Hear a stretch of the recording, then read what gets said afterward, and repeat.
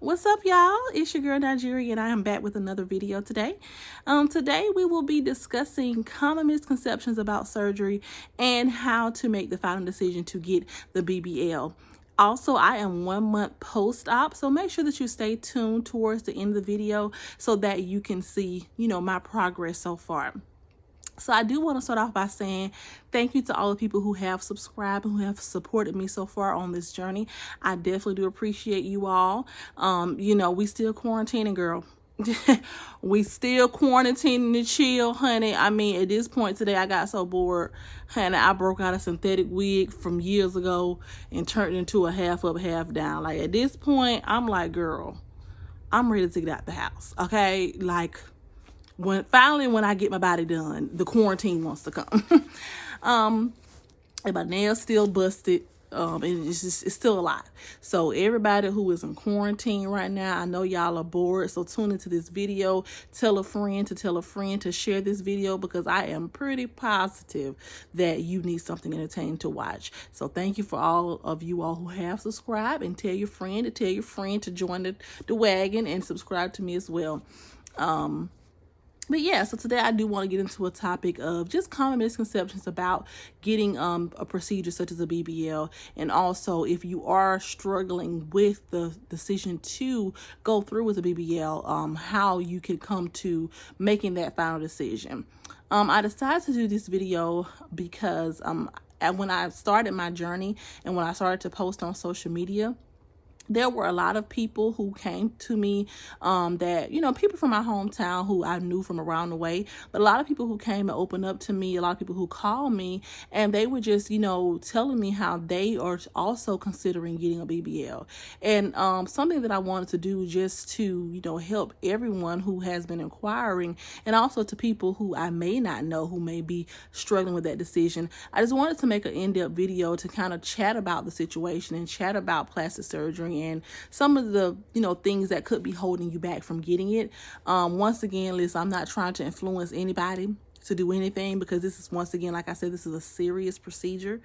But, having that dialogue about, plastic surgery, it kind of makes people more comfortable, and it kind of helps them with the decision-making process. So any way that I can help do that for another young lady or man or whatever, any way that I can help somebody kind of, ease their mind about what decision they want to make, I am definitely going to do that.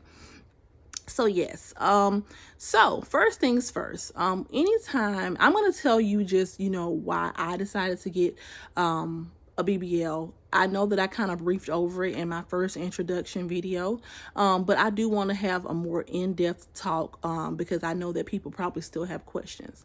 And I know that my current videos were kind of just like, brief overviews, but I didn't really get deep into it. So I do want to get deep into it today. So like I stated, the reason why I decided to, get a BBL is because all my entire life I have been, up until I became an adult and had a child, I was always very, very skinny. I was always very slim. My nickname in high school was Flatback, and I didn't really mind because I was, that didn't stop me from, my dating life was never dry. So, I was always very, very skinny. I was always straight up and down, but I didn't mind that because I was evenly proportioned. I always had a bigger chest area because that's just how my mom is built up and my grandmama is built up. So I knew that, I would have that going on. But for the most part, that's, how I was going to be built. So I've always been comfortable with that, all through high school. It didn't bother me. And then up in, in college, it didn't bother me either. My weight started to bother me after I had a child. Now, when I first had a child, it was the snapback was real, honey. I was back skinty. But after you have a child, your metabolism slows down, and you it's not the same as before you had your child. Your body has just went through a major change. So for most women, they see that after they have kids, it's not as easy to burn fat off like they were able to before they had a child. And I'm sorry, y'all, my light just went out. What's going on here? 1 second. Okay, I'm back, y'all. My light had started acting crazy over here. Coronavirus, what's going on? But yes, I'm back. So as I was saying before the video went off, after you have a child, for a lot of women, it's easy to burn off fat, and your metabolism goes through major changes because you just had a human being. So for me, once my child got about 8 months old, I noticed that the pounds started to roll in a little heavy. Okay, and I was just like, at first I was like, okay, well, it is what it is, but naturally, now this is a fun fact. Okay, on my mom's side, I'm the only child, my mom's the only child, and my grandmama is the only child. Okay? So, the only people that had siblings is my great grandma. So, I mean, you can look at, most people, like, they may take after an auntie, they may take their body shape after, whoever. There's not much to choose from when it comes to what my genetic makeup was going to be. I can literally look at my mama and my grandmama and tell how I'm going to look when I get old. It's not like I have, and I know some people do take after people. Like, I look in my face, I look like my daddy's side. My auntie on my daddy's side, I look a lot like her. But for the most part, I mean, in my opinion, I think people, as far as how they're shaped up and stuff, a lot of times people, I mean, it could go either way. But for the most part, when you want to kind of visualize how you're going to be shaped up, sometimes it's good to look at your mom and see how she's looking. And for me, it just was like, yeah, no, I'm never going to be evenly proportioned. No shade to my mom and my grandmama, but I'm just not. So I was like, the weight gain is cool because I don't want to be super skinny, looking anorexic. No shade to anybody who is going through that. That's a serious thing. But I don't want to be looking skinny. Like that. So, the weight gain is all right, but I just wish it was placed differently. And so, when the weight started to roll in and I realized that I was 50 pounds heavier than I was before I had a baby, I was like, okay, I'm a tall girl. So it's, it's different when you're tall. So it wasn't like I was just walking around here, gaining 50 extra pounds and I was extremely depressed and oh my God, because when you're tall, it's kind of hard to tell, the weight is there when you take your clothes off, but for the most part, when you're taller, because the weight is kind of evenly distributed all over your body, it's kind of hard to notice. People notice that I was bigger, obviously. Of course, if you go from being 100 pounds soaking wet to, your people noticed I had weight on me, but it wasn't as if it was something that was bothering me per se, because, I still had a nice makeup. I mean, it was unproportioned as crap. Now, don't get me wrong. It was definitely giving SpongeBob vibes to me, but it wasn't like, it was just like, I see people and it was like, oh my God, like people, it wasn't like that. A lot of people at my job or people that I just knew from around the way was like, why are you getting surgery again? Because yeah, you gained weight, but it's not something, it doesn't look like it's out of control. So, yeah, so I wasn't really, just per se depressed about my weight. It just was it's very uncomfortable when you're unproportioned. For anybody who does not have a booty naturally, knows that it can just be when you're shopping for clothes, when you want to go wear bathing suits, when you want to just be fashionable. It's very hard when you're unevenly proportioned, even for plus size girls. When you have plus size girls who are evenly proportioned, like there's an even distribution of chest and butt and stomach or whatever, a lot of those plus size girls, they're okay. Well, they're okay because it's kind of like, yeah, I'm a heavier set woman, but, I'm curvaceous, with it. So it looks desirable. Is when you put on the clothes and things of nature, you don't have to do much tweaking, because, everything just fits nicely, even on a larger woman. So when you're unproportioned, whether you be skinny, excuse me, you guys, whether you be skinny, whether you be, medium size, whether you be plus size, borderline plus size, whatever the situation may be, in my opinion, when you're unproportioned, it just makes life so much harder.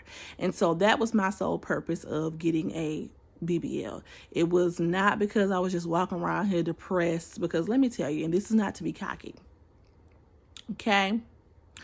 I've gotten a whole engagement ring with a fupa and a flat butt, okay? I have not came across one person in my entire life that I have had a desire to talk to that didn't talk back to me.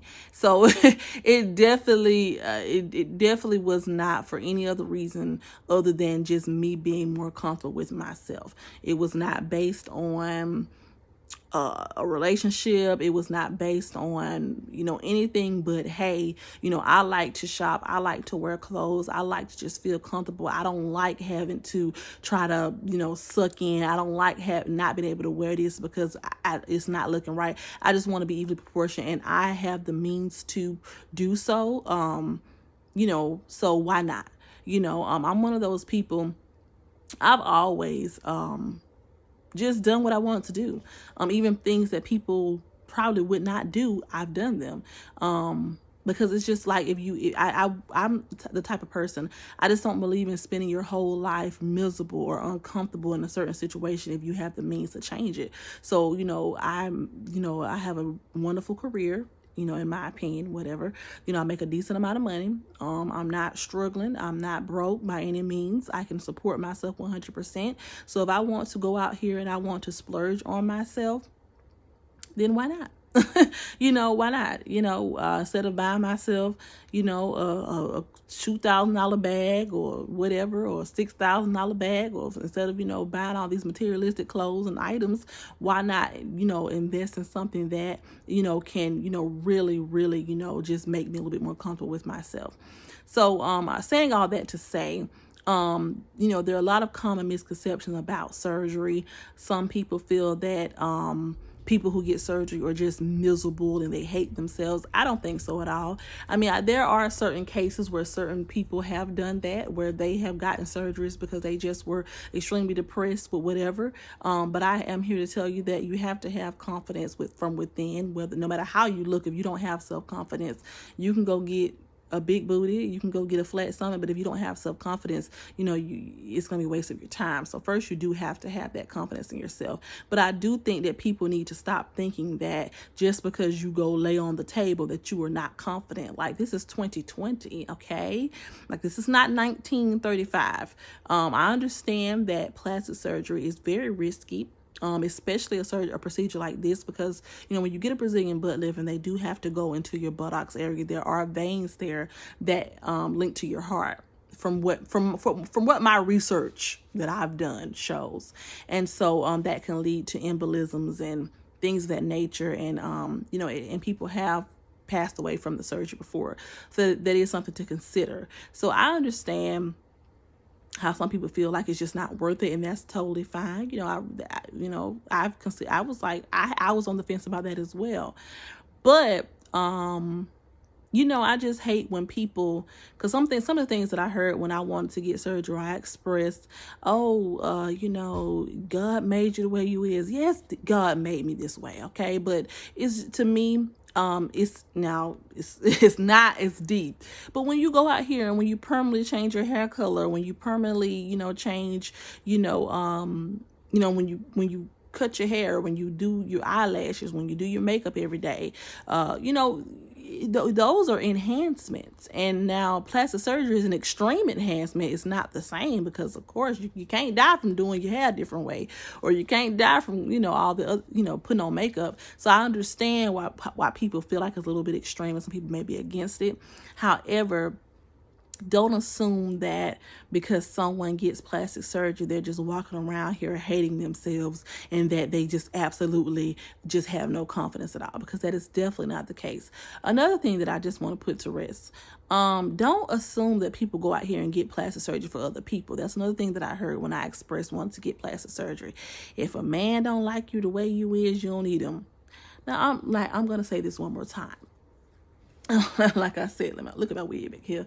But I'm going to say this one more time. And like I said, I'm going to be very humble. I've always been a very pretty girl. Not to be cocky at all. But, I have yet to come on YouTube with a full face of makeup. I don't think I haven't worn makeup in none of my YouTube videos yet. I've always been a naturally beautiful person in my whole entire life. Okay? And this is not to be cocky either, but there have been a sea of people that have appreciated me in my looks with the flat behind, before the fupa and after the fupa. Okay. So, I would never in my life go out here and lay on a table for another person that was not myself.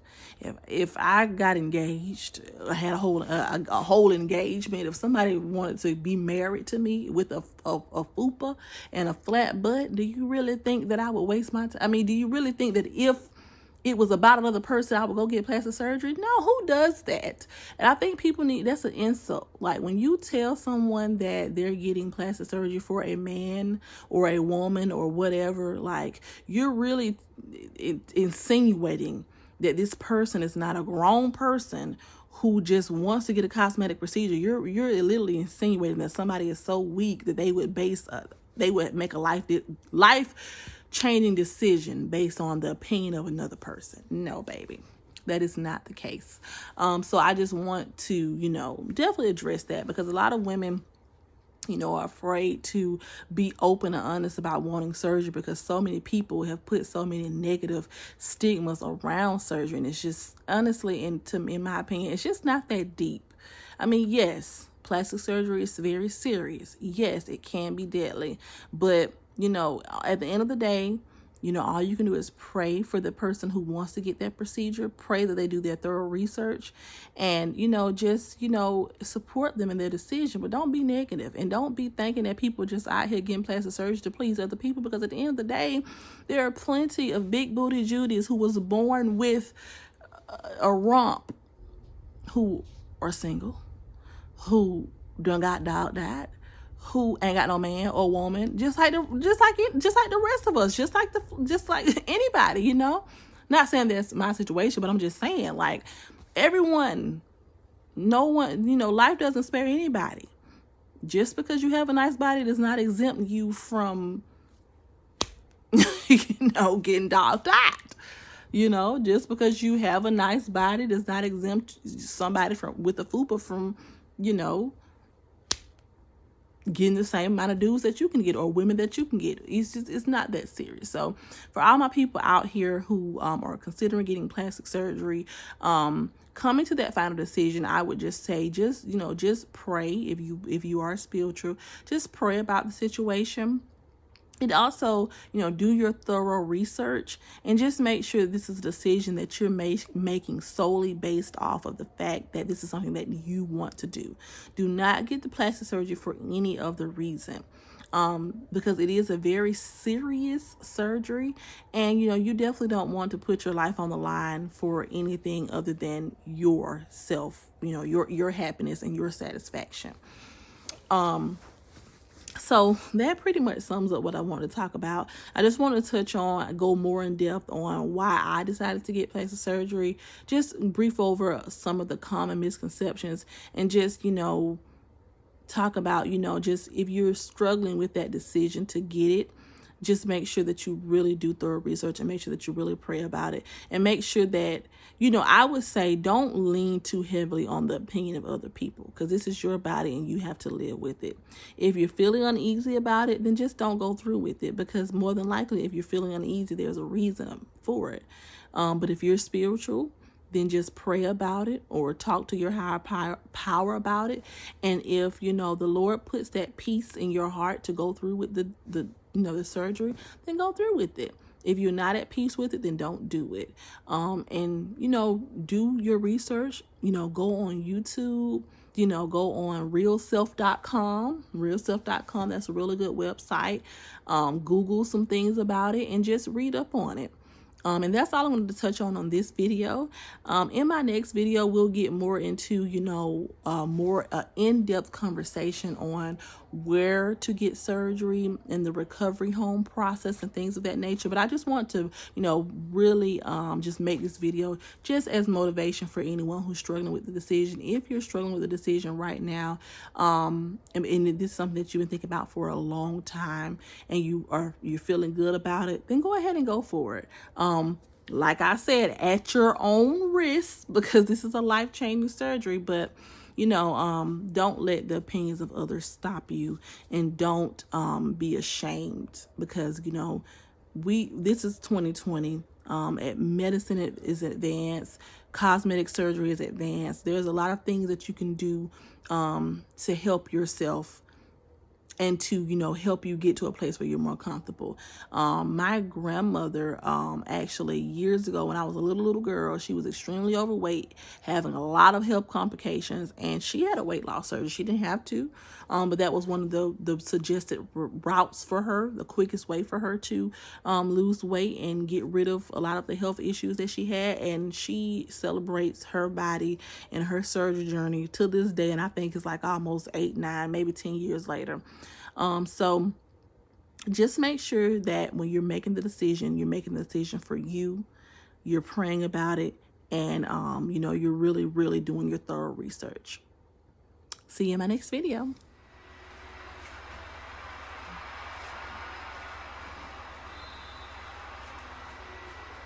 This should be yours.